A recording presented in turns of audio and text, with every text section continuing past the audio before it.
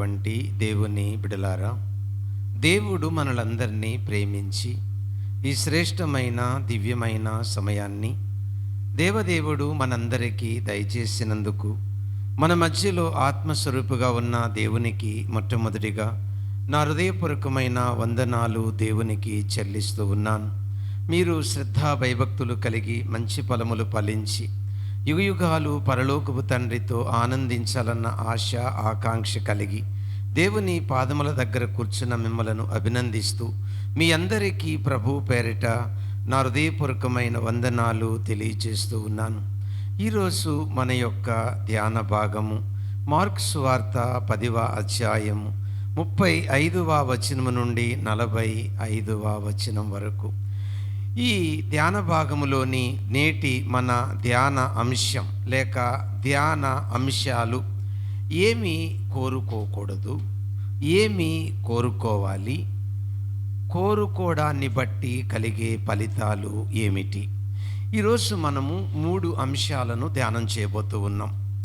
ఇందులో మొదటి అంశము మార్కు సువార్త 10వ అధ్యాయము 35 నుంచి 41వ వచనం వరకు ఏమీ కోరుకోకూడదు.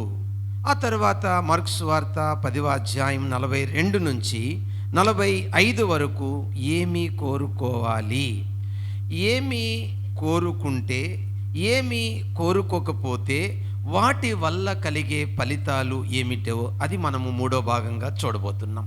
ఓకే, ప్రార్థన చేసుకుందామండి. ప్రేమ కలిగిన మా పరలోకపు తండ్రి,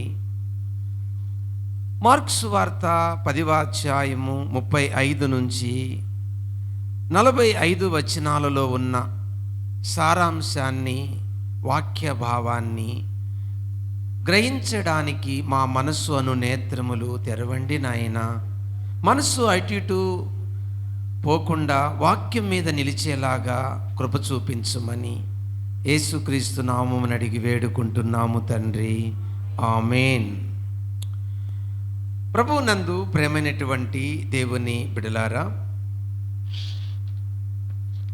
మార్కు సువార్త 10వ అధ్యాయము 35 నుంచి 45 వచనాలలో ఉన్న విషయాలు ఏమిటి అనంటే, జెబెదయి కుమారులైన యాకోబు, యోహాను అను ఇద్దరు యేసు ప్రభు దగ్గరికి రావడాన్ని మనం చూస్తాం.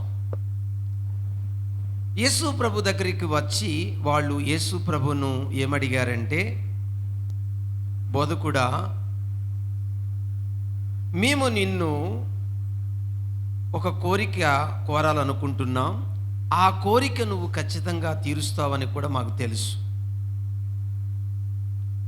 ప్రభు అన్నాడు, మీరు ఏం కోరుతున్నారు నా యొద్ద నుండి అని అంటే, నీ మహిమలో కుడివైపున ఒకరిని, ఎడమవైపు ఒకరిని కూర్చుండబెట్టుకోండి అని అడిగారు. దానికి యేసు ప్రభు స్పందించి ఏమన్నాడంటే, మీరేం అడుగుతున్నారు అది మీకు తెలియడం లేదు అని ఒక ఎగ్జాంపుల్ చెప్పాడు ప్రభు. నేను త్రాగే గిన్నెలోది మీరు త్రాగగలరా? నేను పొందిన బాప్తీసము మీరు పొందగలరా? అప్పుడు వాళ్ళు ఎస్ అని ఒప్పుకున్నారు. అవును, మేము ఆ పని చేయగలము అని.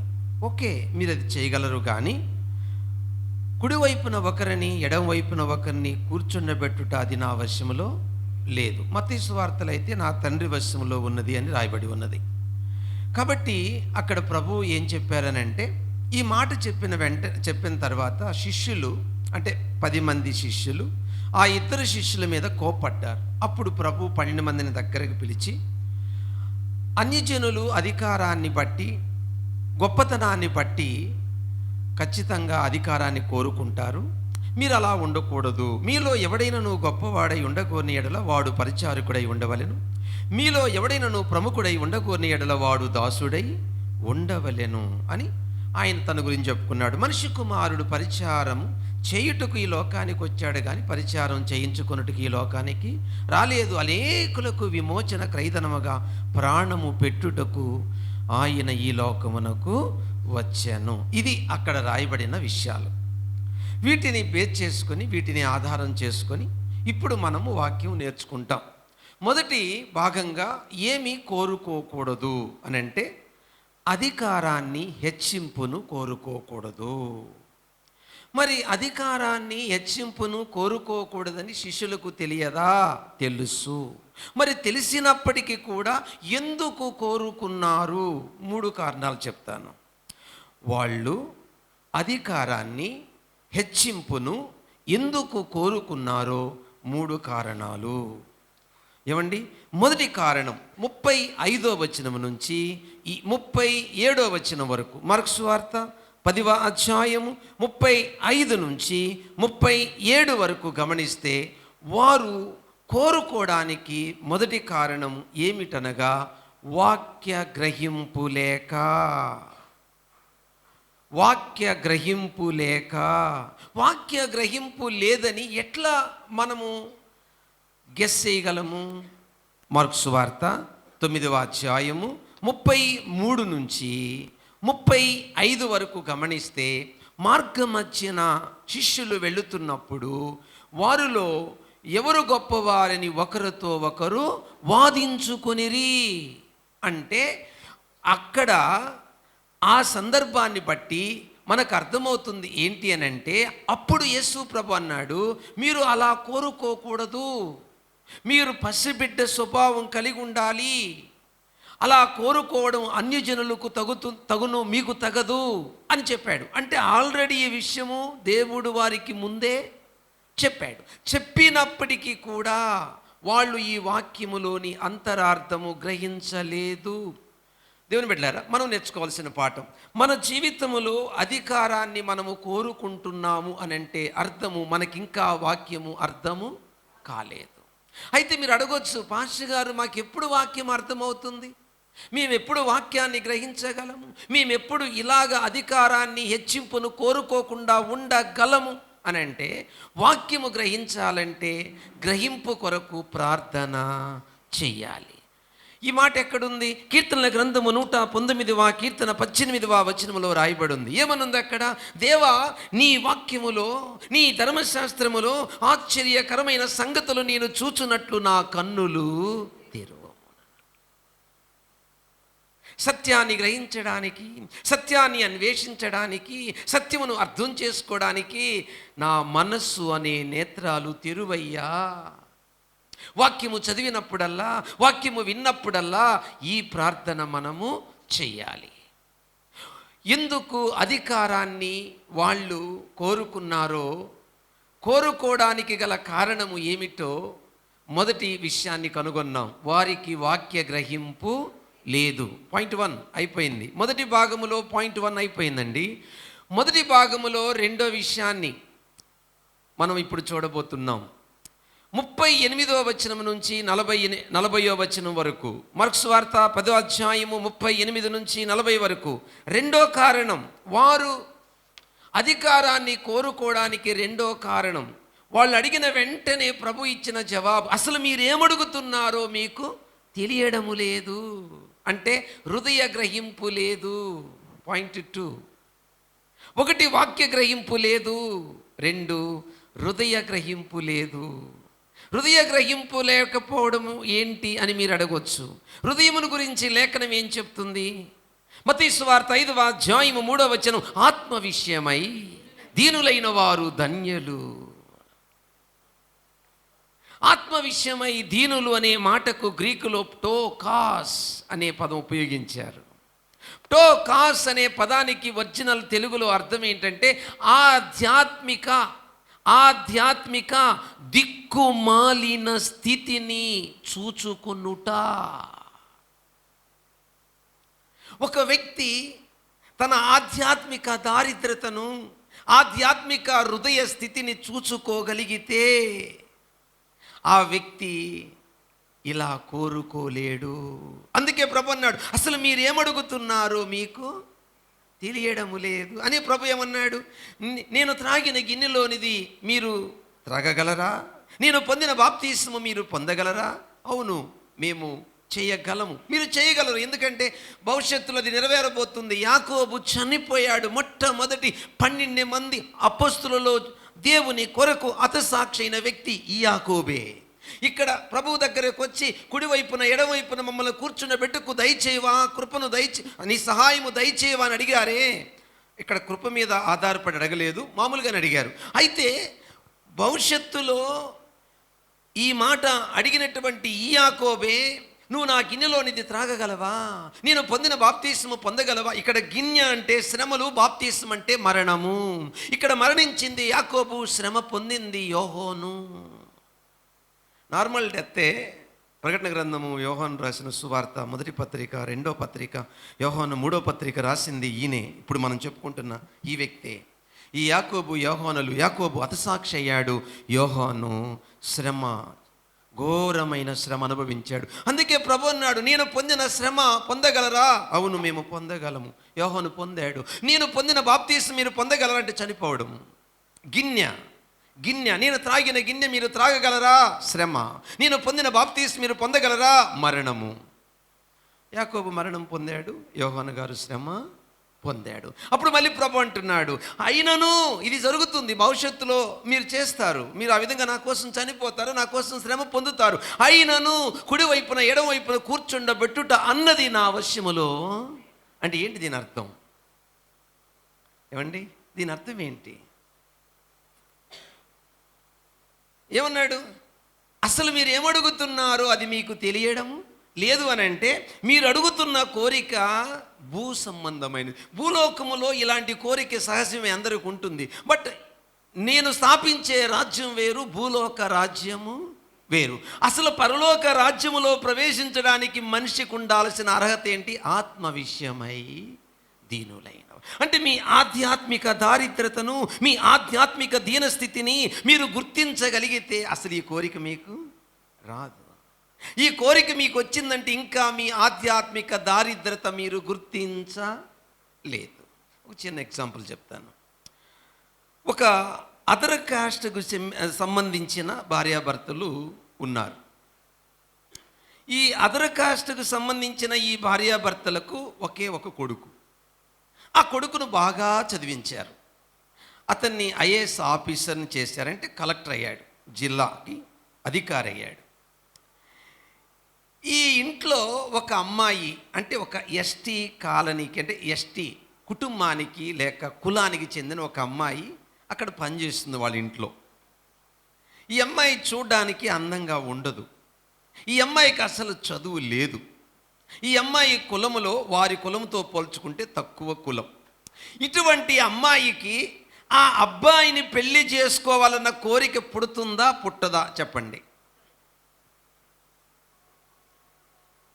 ఆ ఇంట్లో ఆ అదర్ క్యాస్ట్కు చెందినటువంటి ఆ కుటుంబానికి, ఆ కుటుంబంలో ఉన్న ఒకే ఒక్క కొడుకు, ఆ కొడుకు కూడా ఒక జిల్లాకి అధికారి, ఒక కలెక్టరు.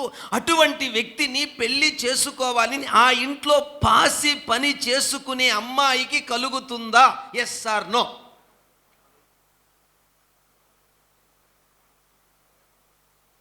కలగదు. ఎందుకు కలగదు అనంటే, నేను దానికి తగను. 1 కులములో తగను, 2 చదువు లేదు, 3 చూడ్డానికి అందంగా లేను, 4 నేను ఇంట్లో పని చేస్తున్నది పాసి పని, బానిస.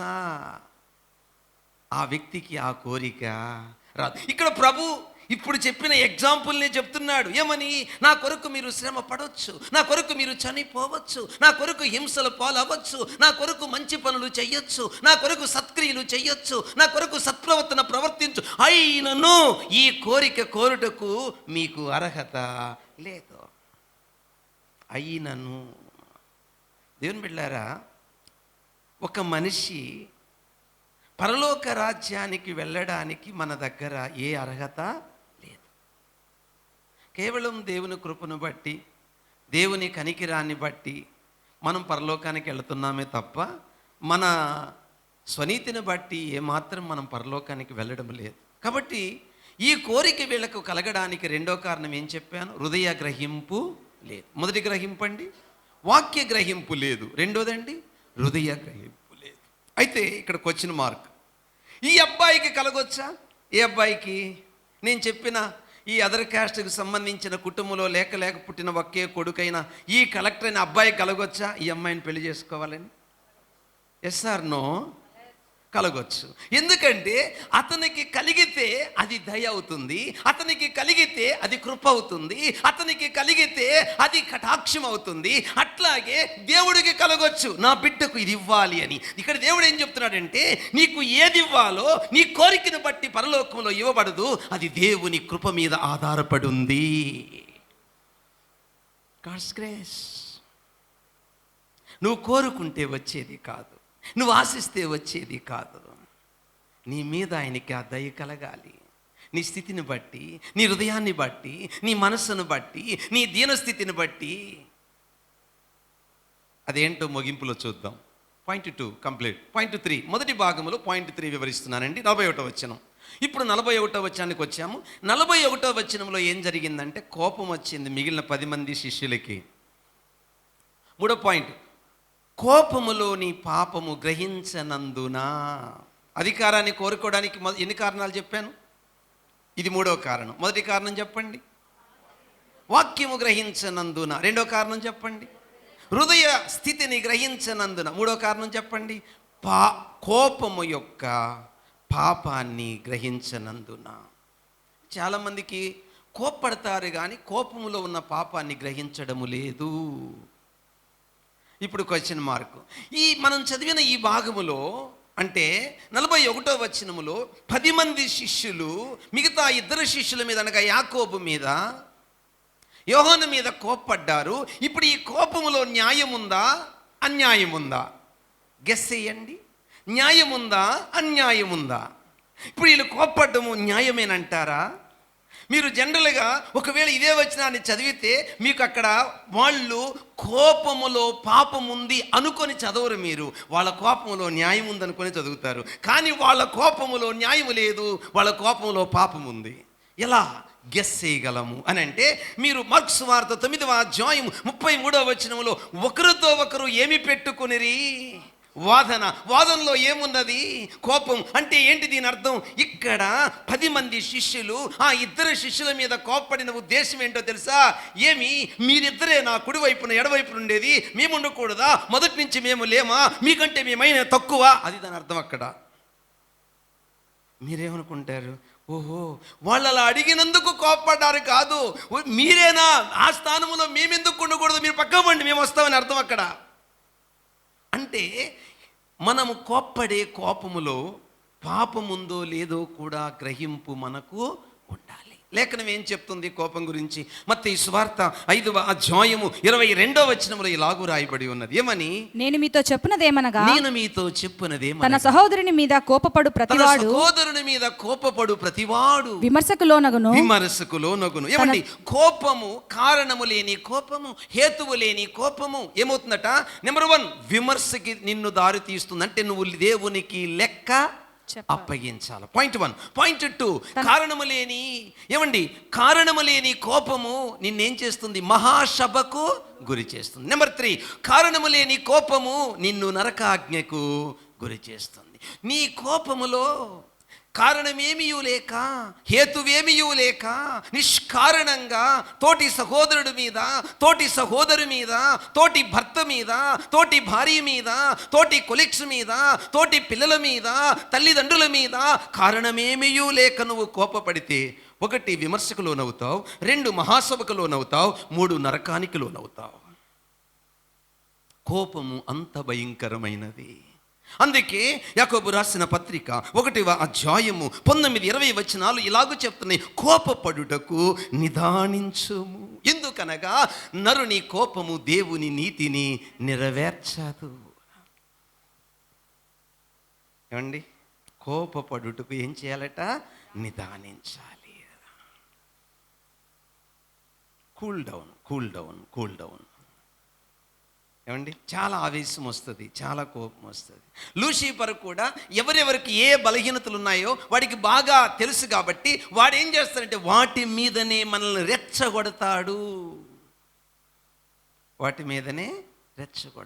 కాబట్టి మనము కోపము యొక్క ప్రతిఫలము, కోపం వల్ల వచ్చే వినాశనము, కోపం వల్ల వచ్చే నష్టము, కోపం వల్ల వచ్చే భయంకరమైన పెను ప్రమాదము మనము ఎరక్కపోతే ఖచ్చితంగా మనము కారణము లేని కోపాన్ని చూపిస్తాం. ఏమండి, ఎవరి మీదైనా మనము కోప్పడుతున్నామంటే అధికార దాహంతో కోప్పడుతున్నామేమో ప్రశ్న వేసుకోవాలి. ఆ స్థానం వాళ్ళే ఎందుకు చేయాలి, నేను ఎందుకు చేయకూడదు? ఆ వాక్యం ఆయనే ఎందుకు చెప్పాలి, నేను ఎందుకు చెప్పకూడదు? ఆ పాట ఆయనే ఎందుకు పాడాలి, నేను ఎందుకు పాడకూడదు? ఆ పని ఆయనే ఎందుకు చేయాలి, నేను ఎందుకు చేయకూడదు అని కోప్పడుతున్నామా? Note this point.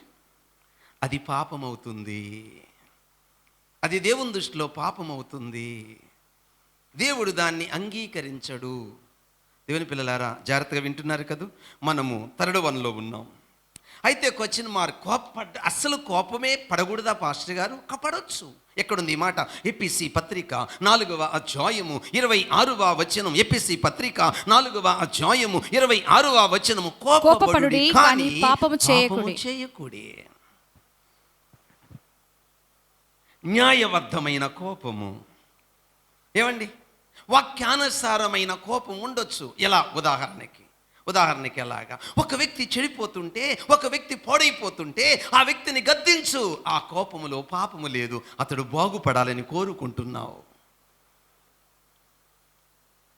ఒక వ్యక్తి పడిన స్థితిలో పైకి లేపడానికి, ఒక వ్యక్తిని బాగు చేయడానికి, ఒక వ్యక్తిని సరిదిద్దడానికి, ఒక వ్యక్తిని క్రీస్తు స్వరూపములో రూపాంతరపరచడానికి నువ్వు గద్దిస్తే, నువ్వు కోప్పడితే అందులో పాపము లేదు. ఎందుకంటే సాయంకాలం లోపల ఆ కోపము నీలో నిలవదు. అతనితో మామూలుగానే ఉంటావు. ఆ భార్య కానీ, భర్త కానీ, పిల్లలు కానీ, ఎవరైనా సరే. నువ్వు ఈరోజు కోప్పడ్డ కోపము 4-5 రోజులు నువ్వు పలుక్కోవట్లేదంటే అది సిన్,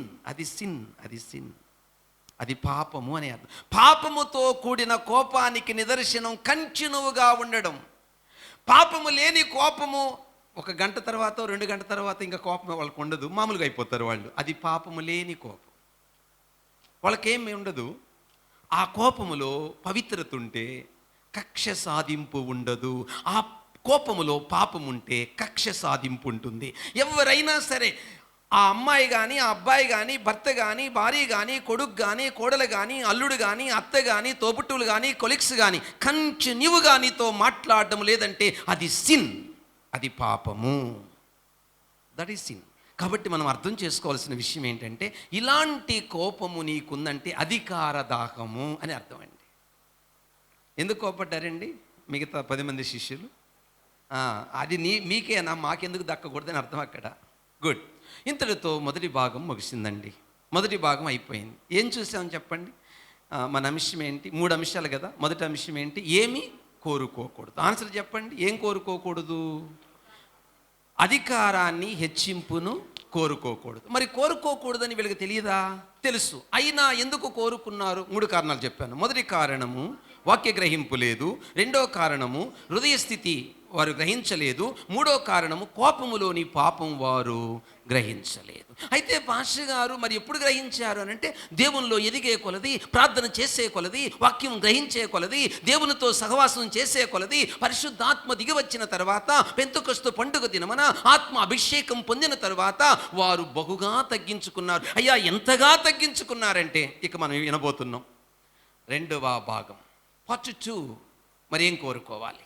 పార్ట్ 2 2వ అంశానికి వచ్చామండి. మొదటి అంశం కంప్లీట్. 2వ అంశం 42వ వచనం నుంచి, మార్కు సువార్త 10వ అధ్యాయము 42వ వచనం నుంచి 45వ వచనం వరకు పార్ట్ 2. ఈ పార్ట్ 2లో ఏమి కోరుకోవాలి? ఆన్సర్ మీరు చెప్పాలి. తగ్గింపు, దీన మనస్సు కోరుకోవాలి. చెప్పండి అందరూ, ఏం కోరుకోవాలి? తగ్గింపు, దీన మనస్సు కోరుకోవాలి. ఏమండి, ఒక వ్యక్తి తగ్గింపును కోరుకుంటున్నాడు అనడానికి ఏంటి నిదర్శనాలు? 3 చెప్తాను. ఒక వ్యక్తి తగ్గింపును కోరుకుంటున్నాడు అనడానికి ఏంటి నిదర్శనాలు? 3 నిదర్శనాలు చెప్తాను. బైబిల్లోనే, నేను సొంత మాటలు ఏమీ చెప్పను మీకు, బైబిల్లో నుంచే చెప్తాను. ఓకే. 42వ వచనం, పాయింట్ 1. మార్కు సువార్త 10వ అధ్యాయము 42వ వచనం. అక్కడ మనం జాగ్రత్తగా గమనిస్తే యేసు ప్రభు ఇక్కడ అన్యుల ఎగ్జాంపుల్ చెప్తాడు. ఏమని చెప్తాడు అన్యుల గురించి? వాళ్ళ 12 మంది శిష్యులను దగ్గరికి పిలిచి ఏమని చెప్తున్నాడంటే, అన్యులు అధికారాన్ని కోరుకోవడానికి కారణం ఏంటి? అధికారము చేయడానికి కారణం వారి యొక్క గొప్పతనం, వారి యొక్క ఆధిక్యత. వారికున్న ఆధిక్యతను బట్టి, వారికున్న గొప్పతనాన్ని బట్టి అన్యులు ఏం కోరుకుంటారు? అధికారాన్ని కోరుకుంటారు. చదువు 42వ వచనం. యేసు వారిని తన యొద్దకు పిలిచి వారితో ఇట్లనెను, అన్యజనులలో అధికారులని ఎంచబడిన వారు వారి మీద ప్రభుత్వం చేయుదురు, వారిలో గొప్పవారు వారి మీద అధికారం చేయుదురని మీకు తెలియదు. మీకు ఏం చెప్పాను అదే చదివింది పాప. అధికారాన్ని బట్టి, గొప్పతనాన్ని బట్టి ప్రభుత్వం అంటే అధికారం కోరుకుంటారు. ప్రభు ఏమన్నాడు? మీరు అలాగా ఉండకూడదు. పాయింట్ 1, అధికార వాంఛ నాకు లేదంటే అర్థము తగ్గింపు గుణము కోరుకుంటున్నాను. పాయింట్ నోట్ చేసుకోండి. అధికార దాహము నాకు లేదంటే అర్థము నేను ఎప్పుడు కూడా అలా ఉండాలి, అలా ఉండాలి, ఆ స్థానం ఉండాలి, ఆ స్థానంలో నేను ఉండాలి అని ఆలోచనే నాకు లేదు. ప్రభువా అని పిలుచుటకు నేను యోగ్యుడను కాను. మీరు క్యాచ్ చేశారండి? వాక్య గ్రహింపు, హృదయ గ్రహింపు, కోపమును గూర్చిన గ్రహింపు ఎవరికైనా ఉంది అనంటే వారు ఏం కోరుకుంటారు? తగ్గింపు. Good answer. తగ్గింపును కోరుకుంటారు. అంటే వారికి అధికార దాహం ఉండదు.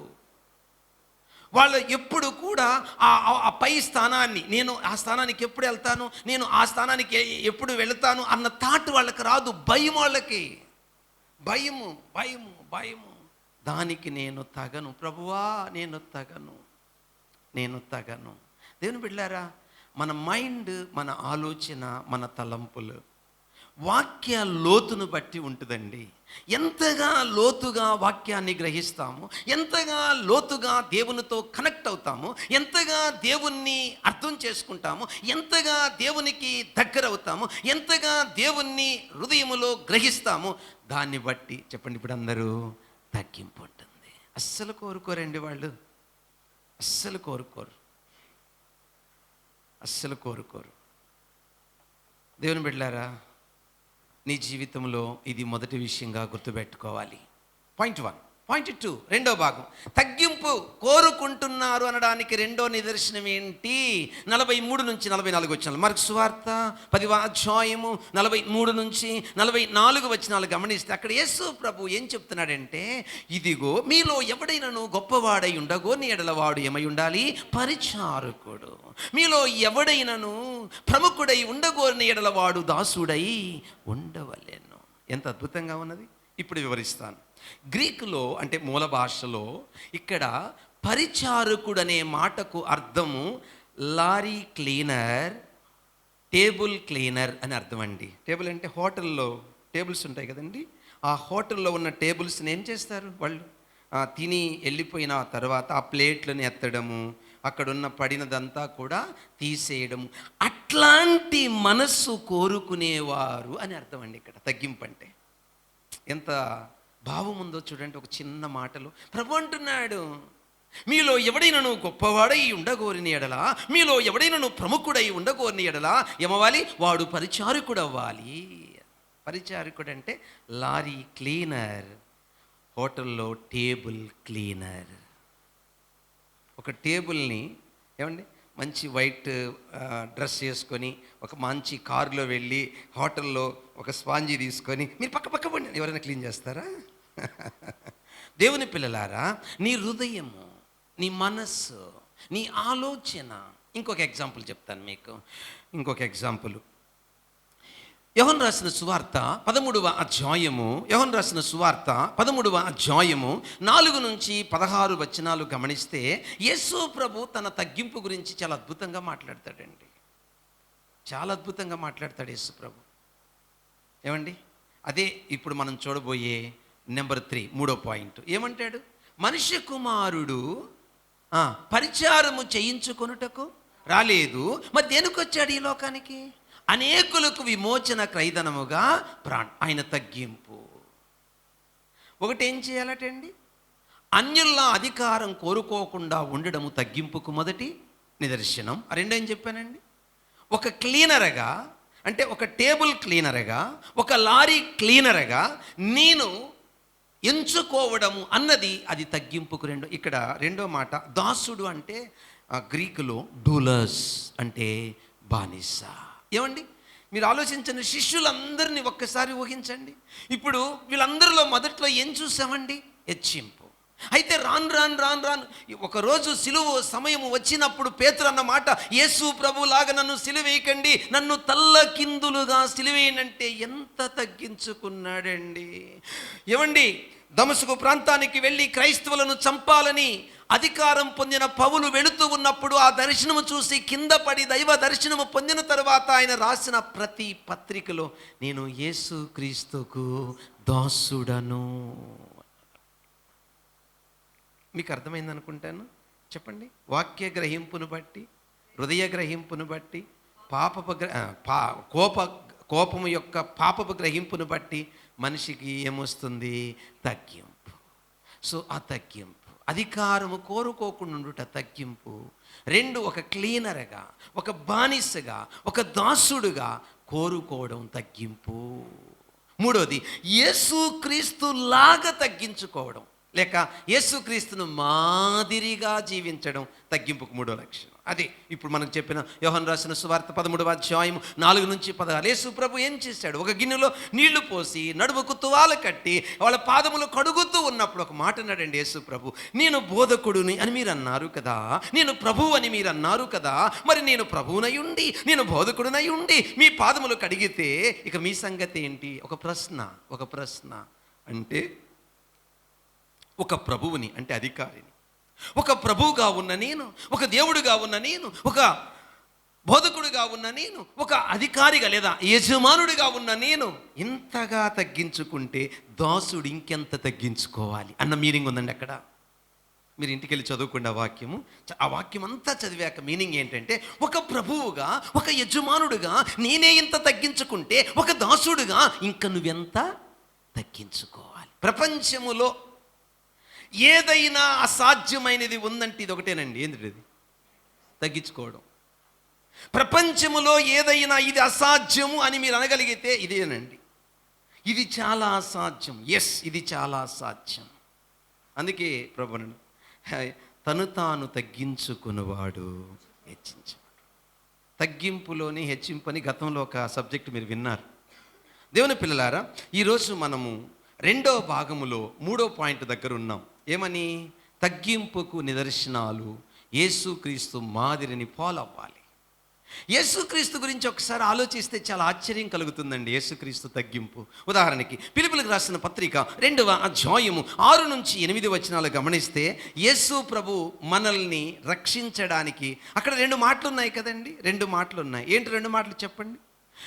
ఒకటి, పరిచారము చేయించుకొనుటకు రాలేదు, పరిచారము చేయుటకు అనేకులకు విమోచన క్రయధనముగా ప్రాణం. పరిచారము అంటే తగ్గింపు. ఏం చేశాడండి? నీళ్లు పోసి వాళ్ళ పాదాలు కడిగి వాళ్ళందరినీ, వాళ్ళ పాదాలని ప్రభు దగ్గరున్న ఆ యొక్క టవల్తో ఏం చేశాడు? తుడిచాడు. అంటే యేసు ప్రభు యొక్క తగ్గింపు. దానికంటే ఇంకా తగ్గింపు ఏమైనా ఉందంటే ఇప్పుడు చెప్తున్నాను. ఫిలిప్పీయులకు రాసిన పత్రిక 2వ అధ్యాయము 6-8 వచనాలు. ఏమండి?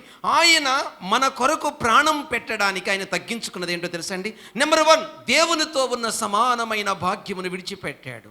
మీరు చదువుకోండి ఇంటికి వెళ్ళి. ఫిలిప్పీయులకు రాసిన పత్రిక 2వ అధ్యాయము 6-8 వచనాలు చదువుతున్నాను. నెంబర్ 1, దేవునితో ఉన్న సమానమైన భాగ్యమును విడిచిపెట్టాడు. నెంబర్ 1. నెంబర్ 2, మానవుని పోలికగా పుట్టాడు. నెంబర్ 3, దాసుని స్వరూపము ధరించాడు. నెంబర్ 4, తను తాను రిక్తినిగా చేసుకున్నాడు. నెంబర్ 5, ఏమండి? సిలువ మరణము పొందునంతగా తను తాను తగ్గించుకున్నాడు. సరే, ఒకవేళ యేసు ప్రభువు ఆయన దేవుడుగా ఉండిపోయి ఉంటే ఈనాడు మానవునికి ఏమీ లేదండి. నో సాల్వేషన్, రక్షణ లేదు. మన పాపముల చేత, మన అపరాధముల చేత మనము చచ్చి ఏడుపును పండ్లు కొరుకుటాను నరకములో అక్కడ నిత్యము ఉండవలసిందే. ఆ నరక శిక్ష నుండి తప్పించబడ్డానికి ఆయన దరిద్రుడై మనల్ని పరలోకానికి ఏం చేశాడండి? వారసులను చేశాడు. ఇది ఆయన తగ్గింపు. ఆయన తగ్గింపు. ఆలోచించండి ఒకసారి. నువ్వు నేను తగ్గింపును కోరుకుంటున్నాము అనడానికి ఎన్ని నిదర్శనలు చెప్పాను? 3. 1, నీకు అధికార దాహం ఉండకూడదు. ఉంటే ఏం చేయాలి చెప్పండి? ఉండదంటే ఉంటుందండి. ఉన్నప్పుడు ఏం చేయాలి? దాన్ని సిలువ వేయుటకు నిత్యము దేవునితో మనము గడపాలి. 2, ఎప్పుడు ఎలా ఎంచుకోవాలంటే మనం ఏమంటే తక్కువ దాన్ని ఎంచుకోవాలి. ఇప్పుడు చర్చిలోకి వచ్చామనుకో, ఊడ్చే పని ఎంచుకోవాలి. ఎందుకు ఎంచుకోవాలంటే అది మంచి మనసు. ఎంతగా మనము తగ్గించుకుంటామో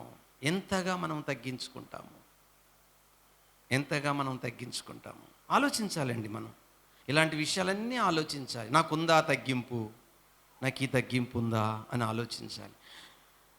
2ది ఏమన్నానండి? ఒక లారీ క్లీనర్గా, ఒక టేబుల్ క్లీనర్గా మనల్ని మనం ఎంచుకోవాలి. 3వది యేసు ప్రభుని మాదిరిగా ఉంచుకోవాలి. ఇది తగ్గింపుకు నిదర్శనము అనేటువంటి విషయాన్ని మనం చూసాం.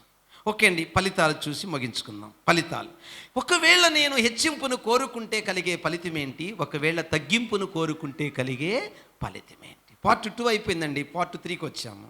ఎన్ని అంశాలండి మనవి? 3. మొదటి అంశము ఏమి కోరుకోకూడదు. 2వ అంశము ఏమి కోరుకోవాలి. 3వ అంశము ఫలితాలు ఏమిటి? కోరుకునే దాన్ని బట్టి కలిగే ఫలితాలు ఏమిటి? కోరిక. ఇప్పుడు పాయింట్ 1, మనము ఒకవేళ అధికారాన్ని హెచ్చింపును కోరుకుంటే ఫలితాలు ఎలా ఉండబోతాయో చెప్తాను, వినండి. ఒకవేళ మనము ఈ భూమి మీద ఉన్నంత కాలము చింత చచ్చినా పులుపు చావదన్న రీతిగా మనము కేవలము అధికారాన్ని హెచ్చింపును కోరుకుంటే ఎలాంటి పరిస్థితి భవిష్యత్తులో ఉండబోతుందో చూద్దాం. ఉదాహరణకి యెహెజ్కేలు గ్రంథము 28వ అధ్యాయము 13 నుంచి 17 వచనాలు గమనిస్తే, యెహెజ్కేలు గ్రంథము 28వ అధ్యాయము 13 నుంచి 17 వచనాలు గమనిస్తే తూరు రాజును గురించి దేవుడు మాట్లాడతాడు. తూరు రాజు తను తాను హెచ్చించుకున్నందున, తను తాను ఆ హెచ్చింపు గుణాన్ని బట్టి అతడు ఏమి కోల్పోయాడంటే, సాతాను ఏమి కోల్పోయాడో అలాగే నువ్వు కోల్పోతున్నావు అని ఒక ఎగ్జాంపుల్, ఒక ఉదాహరణ దేవుడు ఇక్కడ చెప్పడం జరిగింది. తూరు రాజును గురించి దేవుడు మాట్లాడతాడు. ఏమండి, వాస్తవానికి అక్కడ మాట్లాడింది లూసిఫర్ గురించి. బట్ లూసిఫర్ లాంటి గుణం ఎవరైనా అధికారం కోరుకుంటున్నారంటే వాళ్ళకి ఇలా చెప్పొచ్చు, లూసిఫర్ అని చెప్పొచ్చండి. అధికారాన్ని కోరుకునే స్వభావము ఎవరిదండి? లూసిఫర్. హెచ్చించుకునే స్వభావం ఎవరిదండి? లూసిఫర్. సో ఏం జరిగిందో 3 పాయింట్లు చెప్తాను. ఒకవేళ నీవు అధికారాన్ని కోరుకుంటే, అంటే హెచ్చింపును కోరుకుంటే ఏం జరుగుతుంది? లూసిఫర్కి ఏం జరిగింది? నెంబర్ 1, స్థానాన్ని కోల్పోయాడు. చెప్పండి, లూసిఫర్ ఏం కోల్పోయాడండి? స్థానం. ఏ స్థానమో మీరు ఇంటికి వెళ్ళి చదువుకోండి. యెహెజ్కేలు గ్రంథం 28వ అధ్యాయం 13 నుంచి ఉంది. స్థానం 1 ఏంటనగా దేవుని రాజ్యం అనగా ఏదోను. అతని మొదటి స్థానం ఏంటట? ఏదేను. ఆ ఏదేను కోల్పోయాడు. అంటే ఏదంటే భూమి మీద ఉన్న ఏదైనా కదండి, దేవుని దగ్గర పరలోకంలో సంగతి మాట్లాడుతున్నాడు. ఉన్నతమైన స్థానము అది కోల్పోయాడు. 2, అతడు నియమించబడిన రోజున పిల్లన గ్రోవి ఊది, అనగా అతడు మిగిలిన దేవదూతలందరూ దేవుడు ఇతను ఫలానా గాయక బృందానికి లీడర్ అన్నప్పుడు సన్మానించారు. ఆ గొప్ప ఉన్నతమైన గౌరవాన్ని కోల్పోయాడు అతను. నెంబర్ 3, 3వది కాలుచున్న రాళ్ల మధ్య అతను నివాసం చేస్తూ ఉన్నాడు. అంటే హోలీ, పవిత్ర స్థలములో ఉండేవాడు. ఆ పవిత్ర స్థలాన్ని కోల్పోయాడు లూసిఫర్. నెంబర్ 4, అతను యథార్థతను కోల్పోయాడు. నెంబర్ 4, అతను యథార్థతను కోల్పోయాడు. నెంబర్ 5, కెరూబు అనగా ఆ ఉన్నతమైన ఆ యొక్క స్థితిని కోల్పోయాడు. ఇవి అక్కడ ఉన్న విషయాలు. ఇంకా మీరు ఎతికితే కొన్ని దొరుకుతాయి, నేను కొన్నే చెప్పాను మీకు. వరుసగా ఒకసారి గుర్తుపెట్టుకోండి. తన స్థానాన్ని కోల్పోయాడు. 5 విషయాలు చెప్పాను కదా, ఇవన్నీ కలిపితే అలాంటి స్థానాన్ని అతను కోల్పోయాడు. దేనివల్ల? హెచ్చించుకున్నందువల్ల. దేనివల్ల? గర్వించినందువల్ల. దేనివల్ల? అధికారం కోరుకున్న. ఏంటి అధికారము? ఏంటి అతను కోరుకున్న అధికారం ఏంటి? యెషయా గ్రంథము 14వ అధ్యాయము 14వ వచనములో కనబడుతుంది అతను కోరుకున్న అధికారము. దేవునితో తన్ను తాను సమానినిగా ఎంచుకొనుట. దేవుని బిడ్డలారా, అధికారము కోరుకోవడం అన్నది ఎంత పాపమో అర్థం చేసుకోండి. హెచ్చింపు అనేది ఎంత భయంకరమైన పాపం. ఏమండి, ఏ విషయములైనా నీ డబ్బును బట్టి, నీ ధనాన్ని బట్టి, నీ కులాన్ని బట్టి, నీ అందాన్ని బట్టి, నీ ఆస్తిని బట్టి, నీ అంతస్తును బట్టి ఏం రాకూడదండి మనకు? గర్వం, హెచ్చింపు రాకూడదు.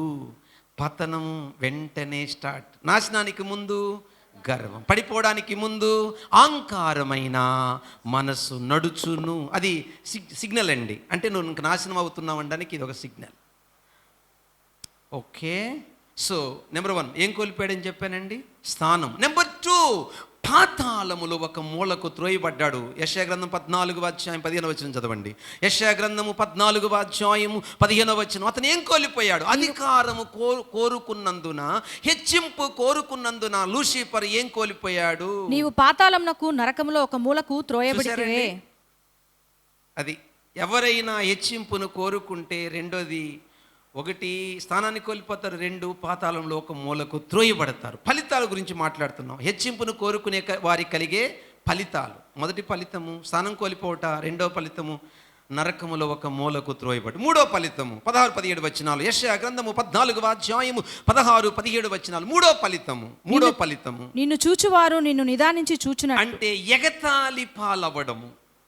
భూమి మీద వాడి మోసాలు, వాడి అబద్ధాలకు మనుషులు మోసపోయి ఎంతమంది వాడిని వెంబడించి, వాడే దేవుడు అనుకొని, వాడే గొప్పవాడు అనుకొని, వాడే రాజు అనుకొని, వాడే సర్వం అనుకొని భూప్రపంచములో ఎంతమంది లూసిఫర్ మాయ మాటలు నమ్మి వాడి మాయ వలలో పడి వాడిని వెంబడించారో, వీళ్ళంతా నరకానికి వెళ్ళినప్పుడు వాడు చూసి, ఒరే నువ్వు రాయిని చూసి దేవుడంటివి, పుట్టను చూసి దేవుడంటివి, సృష్టిని చూసి, సూర్యుని చూసి, చంద్రుని చూసి దేవుడంటివి, ఇంత మోసం చేసి నీకే ఇక్కడ పుట్టగతులు లేవురా, నీ బ్రతుకు ఇంత నీచానికి దిగజారిపోయిందిరా, నువ్వు నాశనమాక, నువ్వు పడిపోక, నీతో పాటి నీవు భూమి మీద మేధావులను, జ్ఞానవంతులను వాడుకొని వాళ్ళ చేత ప్రసంగాలు చేయించి మాయ మాటలు చెప్పి మా జీవితాలకు కూడా నాశనం చేసిన నీచుడువు నీవేనా అని ఏం చేస్తారట? నరకంలో వాడిని ఎగతాళి చేస్తారట.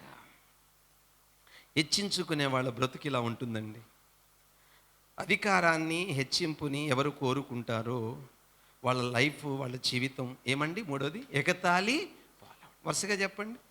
1 వాళ్ళకున్న స్థానం కోల్పోతారు, 2 పాతాళంలో ఒక మూలకి త్రోయబడతారు, 3వది జీవితం అంతా ఎగతాళి. అంటే లైఫ్ అంతా ఇంకా ఎగతాళి పోలేనండి. లైఫ్ అంతా ఎగతాళి పోలేక, లైఫ్ అంటే ఇంక నరకంలో అగ్ని ఆరదు, పురుగు చావు. లైఫ్ ఇంకా అదే నిత్యత్వం అండి. అక్కడే ఇంకా నో సాల్వేషన్, రక్షణ లేదండి వాళ్ళకి. రక్షణ లేదు. ఓకే అండి, ఇప్పుడు దాకా మనం ఏం చూసాము? ఫలితాలు. అధికారాన్ని, హెచ్చింపును కోరుకునే వారికి కలిగే ఫలితాలు. ఇప్పుడు పాజిటివ్కి వద్దాం. తగ్గింపును కోరుకునే వారికి ఫలితాలేంటి? ఏమండి? తగ్గింపును కోరుకునేవారు. యేసుప్రభు తగ్గింపును కోరుకున్నాడా? ఎస్.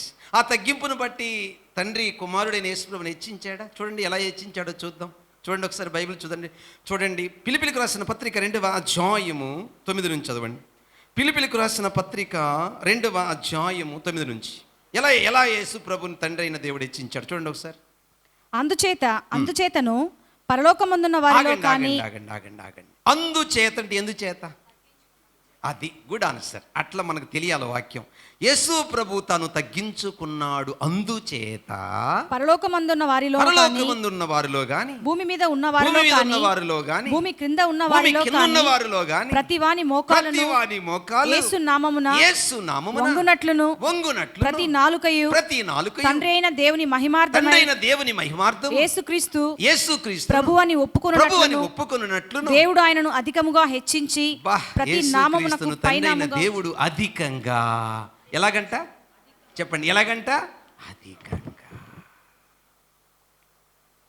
నువ్వు తగ్గించుకుంటే దేవుడు నిన్ను ఏ స్థాయికి తీసుకెళ్తాడో నీకు తెలియదు.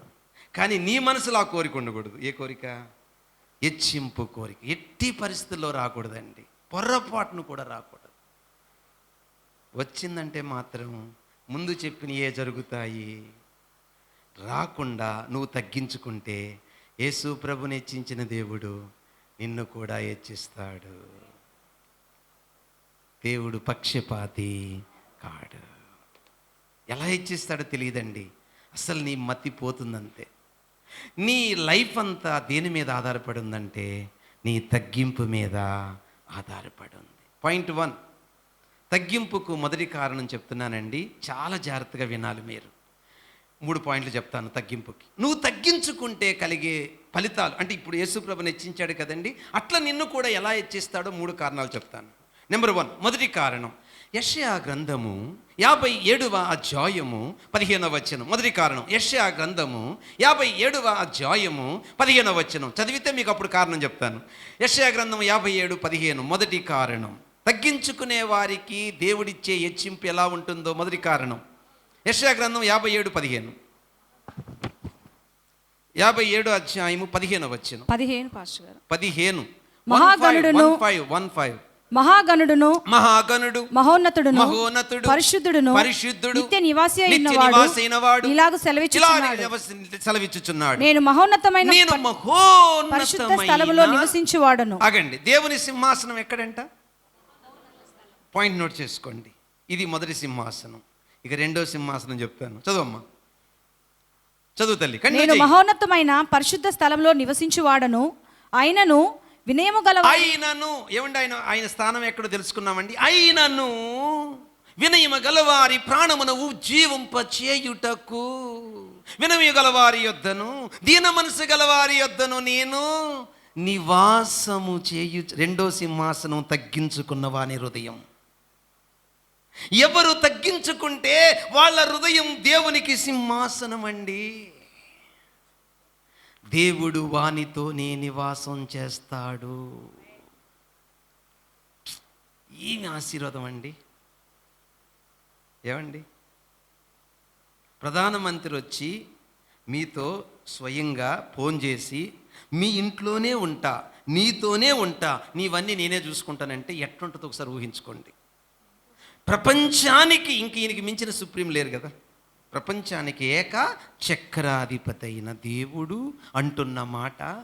ఎవరైతే, ఏమండి, ఎంత క్లారిటీగా ఉందండి ఆ పదము, ఆ 15వ వచనం ఎంత చక్కగా ఉందండి. ఏమండి, వినయము గలవారి ప్రాణమును ఉజ్జీవింపచేయుటకు, వినయము గలవారి యొద్ద దీన మనస్సు గలవారి యొద్ద నేను నివాసము. నువ్వు ఎంత తగ్గించుకుంటే నీవే దేవునికి సింహాసనం. దేవుని పిల్లలారా, ఏ రోజు అలా సొంతం చేసుకుంటాం మనం యేసు ప్రభుని? ఆన్సర్ చెప్పండి. ఏ రోజు మనం అలా సొంతం చేసుకుంటాం యేసు ప్రభుని? నిన్ను నీవు తగ్గించుకున్నప్పుడు. తగ్గింపు ఎలా వస్తుంది? మళ్ళీ పైకి వెళ్ళాలా? వాక్య గ్రహింపును బట్టి తగ్గింపు వస్తుంది. హృదయ స్థితిని గ్రహించినప్పుడు తగ్గింపు వస్తుంది. కోపంలోని పాపాన్ని గుర్తించినప్పుడు నీకు తగ్గింపు వస్తుంది.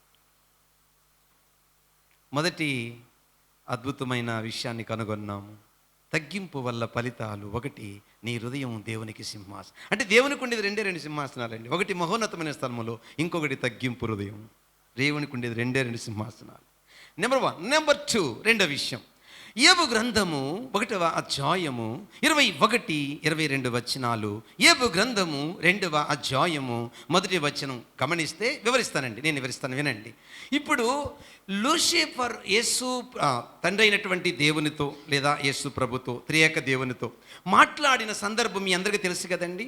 ఆ సందర్భంలో ఈ లూసిఫర్ అనేవాడు ప్రభువుని ప్రేరేపించినప్పుడు, ప్రభు అనుమతించినప్పుడు, ఈ యోబుకున్న తనకున్న సర్వాన్ని కోల్పోయినప్పుడు తను తాను ఎలా తగ్గించుకున్నాడండి? నేను నా తల్లి గర్భము నుండి దిగంబరుడనై వచ్చి తిని దిగంబరుడై తిరిగి అక్కడికి వెళ్ళేదను, నేను ఎలా వచ్చానో అలాగే వెళతాను. అయితే యెహోవా ఇచ్చాను, యెహోవా తీసుకొని పోయి. అక్కడ ఏం కనపడిందండి మనకు? ఆయనలో తగ్గింపుకు నిదర్శనం ఏంటో చూడండి. మీరు వెంటనే ఆ యోబు గ్రంథము 2వ అధ్యాయం 1వ వచనం చదివితే, లూసిఫరు బహుదూరంగా యోబును విడిచి వెళ్ళిపోయాడు.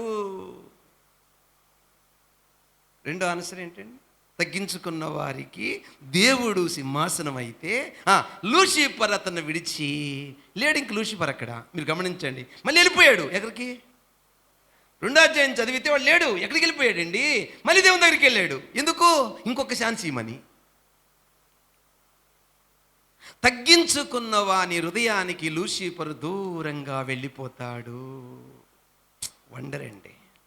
మొదట ఏం చెప్పాను? దేవునికి సింహాసనము. తగ్గించుకుంటే రెండేం చెప్పాను? సాతాను నిన్ను విడిచి దూరంగా వెళ్ళిపోతాడు. దరిదాపుల్లో కూడా రాడండి. నువ్వు ఎంతగా తగ్గించుకుంటే వాడు అంతగా నిన్ను చూసి పారిపోతాడు. అంతగా నిన్ను చూసి పారిపోతాడు. ఎన్ని విషయాలు చెప్పాను తగ్గింపు వల్ల ఫలితాలు? 2 లాస్ట్ చెప్పేతాను, జాగ్రత్తగా వినండి. అద్భుతమైన మాట. నువ్వు తగ్గించుకుంటే కలిగే 3వది లూకాసు వార్త 18వ అధ్యాయము 13వ వచనం. చూడకుండా చెప్పండి. అక్కడ 2 వ్యక్తులు ప్రార్థన చేశారు. ఒకడు తను తాను హెచ్చించుకొని ప్రార్థన చేశాడు. ఇంకొక వ్యక్తి తను తాను తగ్గించుకొని ప్రార్థన చేశాడు. తగ్గించుకున్న వానితో దేవుడు అన్నమాట చెప్పండి, యు ఆర్ హోలీ. అర్థమైందా పాయింట్ మీకు?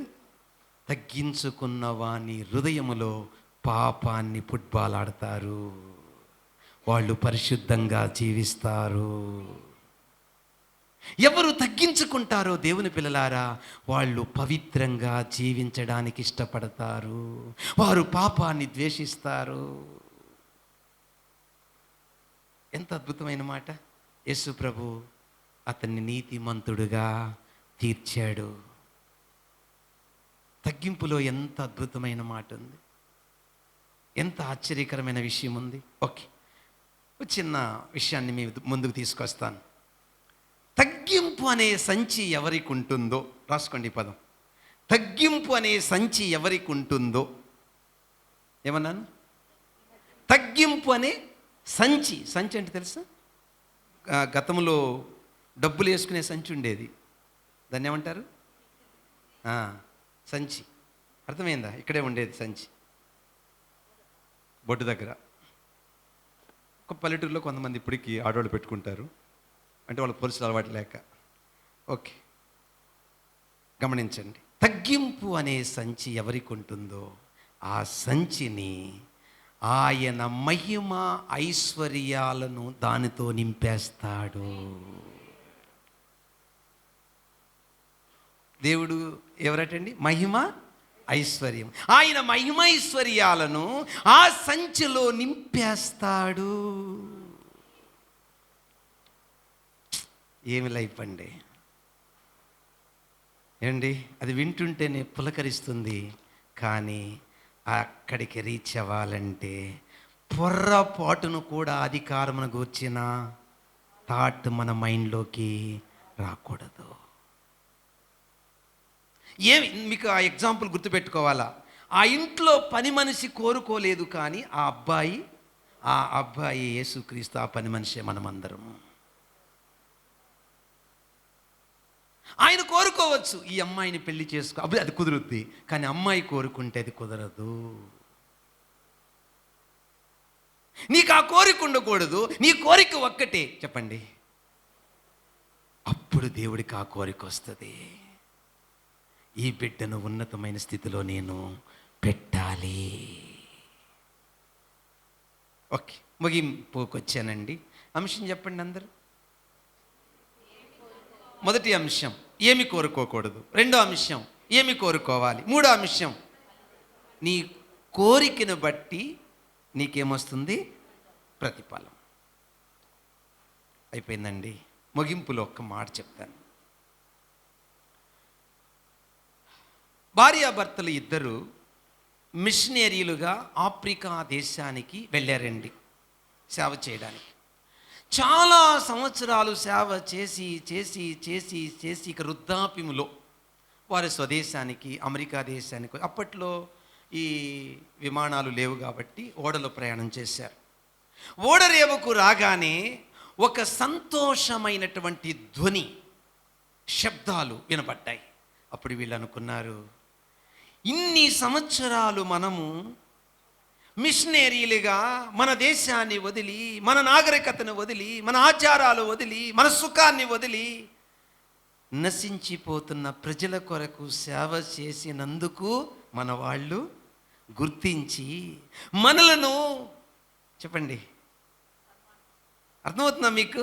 సంతోషముతో మన ఇంటికి తీసుకెళ్ళడానికి వచ్చారని ఒకరితో ఒకరు, అంటే భర్త భార్యతో చెప్తూ ఉన్నాడు. ఈ లోపల కాసేపుడికి వాళ్ళ ఆశ నిరాశలైపోయాయి. వాస్తవం ఏంటంటే హాలీవుడ్ అనే ఒక హీరో ఆ ఊడలో వచ్చినందున అతని కోసం వాళ్ళందరూ వచ్చారని తెలిసిపోయి వాళ్ళ ఆశలు నిరాశ అయిపోయి ఇతను అంటున్నాడు భార్యతో, మన దేశంలో మనం పడ్డ కష్టానికి, మనం చేసిన ఈ పరిచర్యకు ఒక్కరన్నా గుర్తించి మనలను ప్రోత్సహించి బలపరిచేవాళ్ళు లేరా అని కన్నీళ్లు పెడుతూ ఉంటే భార్య దగ్గరికి వచ్చి భర్త చేయిని గట్టిగా పట్టుకొని ఏమన్నదో తెలుసండి? ఏమండి, ఇంకా మనము మన ఇంటికి రాలేదండి అన్నది. మీకు అర్థమైందా? ఇంకా మనము పరలోకానికి రాలేదు. దేవుని కుమార్తె, దేవుని కుమారుడా, నువ్వు చేసిన త్యాగం ఈ లోకంలో ఎవరు గుర్తించకపోవచ్చు. నువ్వు కార్చిన కన్నీరు ఈ లోకంలో ఎవరు గుర్తించకపోవచ్చు. నువ్వు చేసిన సేవ ఈ లోకంలో ఎవరు గుర్తించకపోవచ్చు. నువ్వు దేవుని కొరకు పడిన శ్రమలు ఎవరు గుర్తించకపోవచ్చు. నువ్వు దేవుని కొరకు నీ హృదయములో కార్చిన అంగలార్పు ఎవరికి వినపడకపోవచ్చు. ఒకరోజు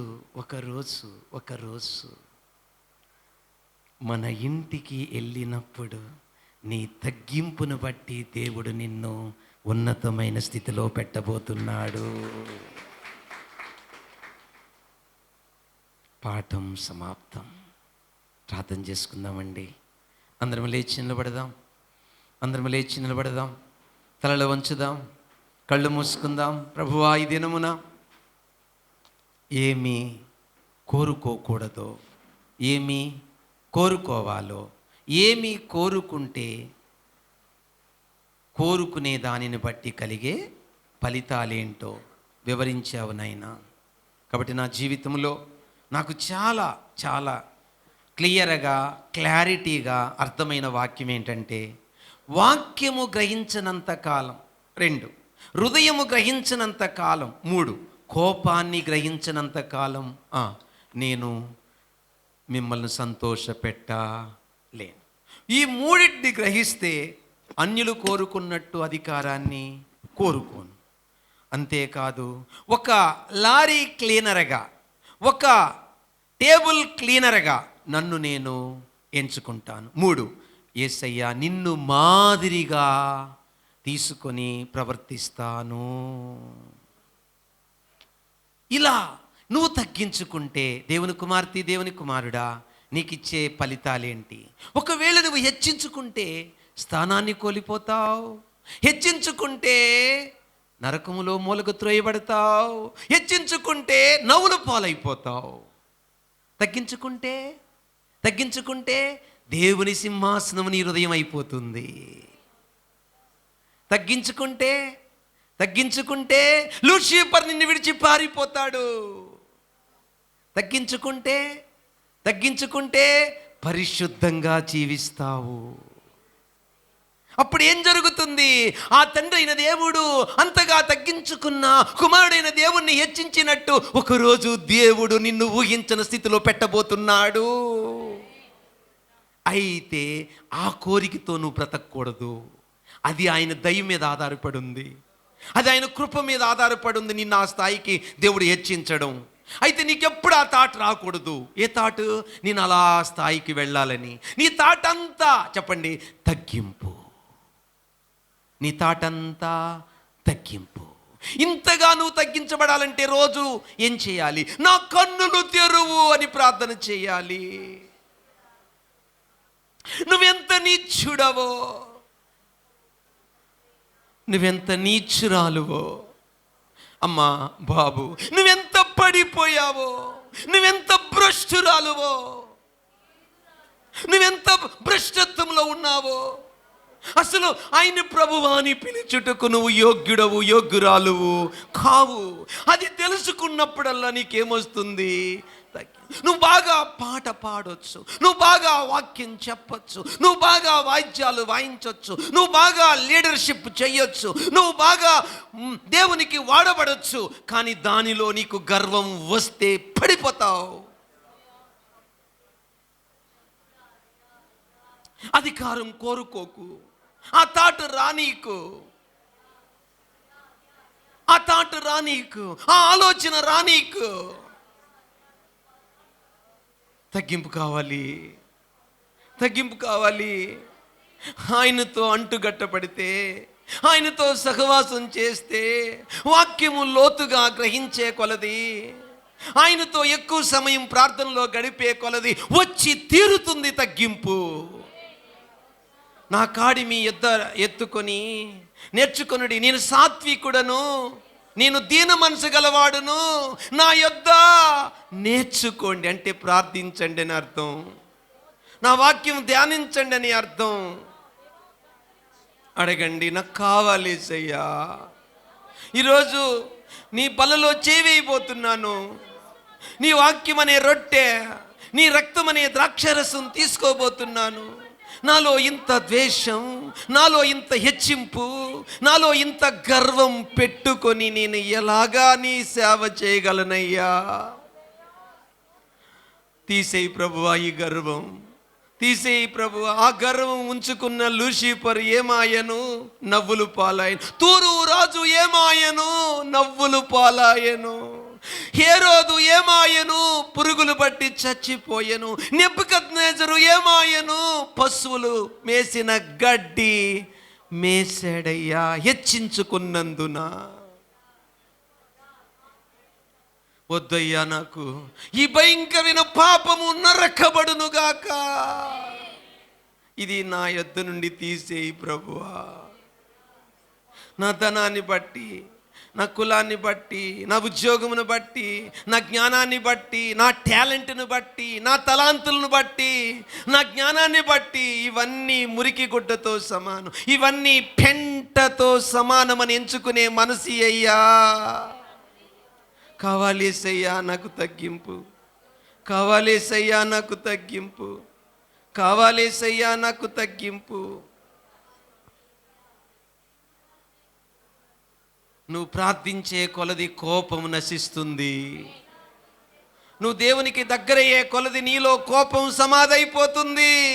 కన్నీళ్లతో ప్రభుకు చెప్పు, తీసేయి ప్రభువా ఈ బలహీనత నా యొద్ద నుంచి అని.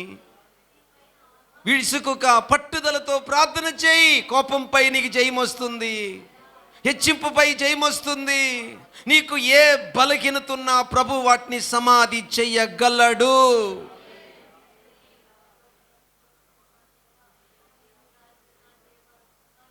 ఓకే, 2-3 నిమిషాలు మీకు టైం ఇస్తున్నాను. హార్ట్ఫుల్గా, హృదయపూర్వకంగా మీ హృదయంలోని వేదన ప్రభు దగ్గర చెప్పుకోండి. Start.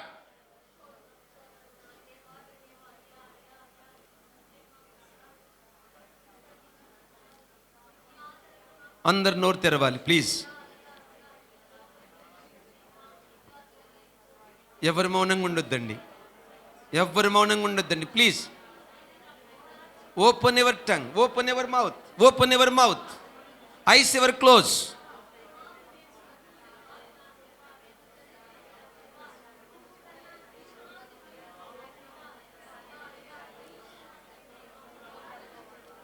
Close your eyes please.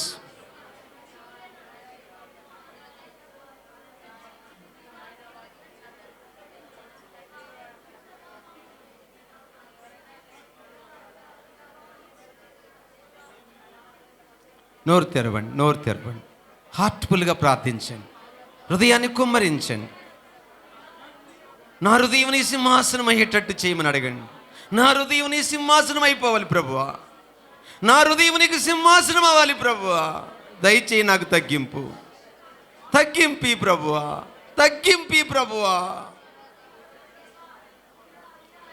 తగ్గింపి ప్రభువా, నాకు తగ్గింపి ప్రభువా. నాకు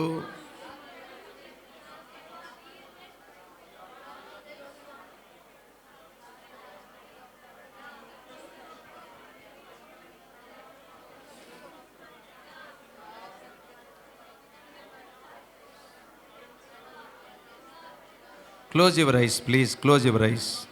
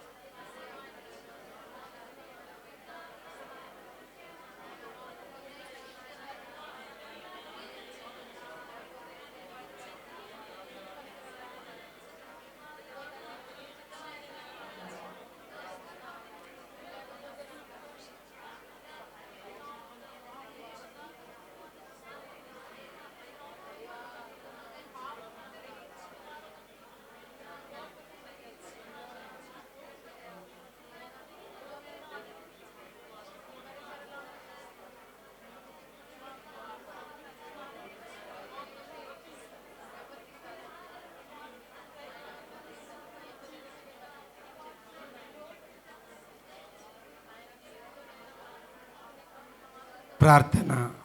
ప్రేమ కలిగిన మా పరలోకపు తండ్రి, దయగలిగిన నా యేసయ్య, ఈ దినమున నీవు మాతో ఏమి కోరకూడదో ఏమి కోరాలో, కోరుకునే దాన్ని బట్టి ఎలాంటి ఫలితాలు ఉంటాయో 3 అంశాలు వివరించావు ప్రభువా. మా జీవితములో గుర్తు పెట్టుకొని మరవకుండా మా మనసులో ఉంచుకోవలసిన ప్రాముఖ్యమైన విషయం తగ్గింపును కోరుకోవాలని చెప్పావు నాయనా. తద్వారా హృదయం నీకు సింహాసనం అవుతుందని, తద్వారా లూసిఫర్ హృదయాన్ని విడిచి పారిపోతాడని, తద్వారా పాపము చెయ్యలేమని, పరిశుద్ధంగా జీవిస్తామని, ఆ కారణము చే తండ్రైన దేవుడు నిన్ను హెచ్చించినట్టు తగ్గించుకున్న వారిని కూడా ఉన్నతమైన స్థితిలో తండ్రి పెడతాడని ఈరోజు మాకు అద్భుతమైన పాఠం నేర్పావు ప్రభువా. కాబట్టి నేను నీ పిల్లలు ఈరోజు నేర్చుకున్న వాక్యమును బట్టి ఇంకా ఎవరిలో డాగు, మచ్చ, బలహీనత, లోపము, కోపము, ద్వేషము, అసూయ, పగ, కక్ష, క్రోధము, మదమత్సరము ఇలాంటివి ఉంటే యేసు నామమున నరకబడునుగాక. దేవా, మీరు ఆశించినట్టు ప్రేమ, సంతోషం, సమాధానం, దీర్ఘశాంతం, దయాళత్వం, మంచితనం, విశ్వాసం, సాత్వికం, ఆశానిగ్రహం మాకు కలుగునుగాక.